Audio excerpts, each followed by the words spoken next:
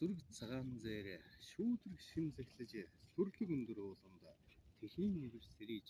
Монгол гэрийн гаднаас малын нэмэр ханхарч морин тартай сайн гэрэ уртын дуу аялан үүрийн гэгээтэй уралдаж өндөр бурхан сүгий аргал хормойлон галлаж өтгөн шаргал цайг тоонор бүлэн самарч өөлөн ичим нудам тэнгэр цацал өргөхөд өөдрөг хөдөө нутагт минь өглөө болж байгаа тэр үлээ. Үдийн нарны сүүдэр хөлн тушаа нуугдаж өртөө газрын юмс зэрэглэн дотор бүжиглэж малын хишигтэй хүүхэд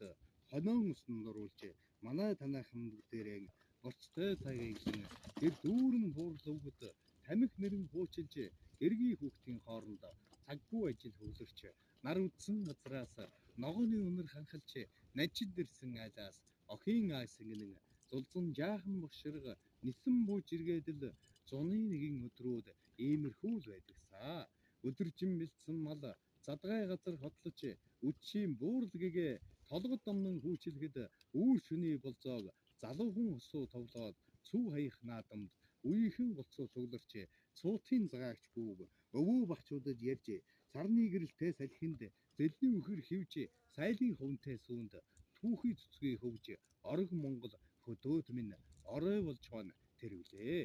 Мичид долоон бурхан тоон орлох цагаар мэндийн гурвалжин өрөх дөрүүлжин болох шөнөөр амаргийн болзоотой бүсгүй сэрүүхэн байх тохироод арамг хүлгийн хазаар айлын шин дээр шаригва. Үцгээс ихийг үдсэн өндөр настай ижи үүр тэмдэрх үеэр өрхөөн далж явахтан хүлгэн эзгүй шондорх нойтон хомолыг үзчээд өргөнтэй болох нэ манайх гэж хүүхэн насаан дурсва.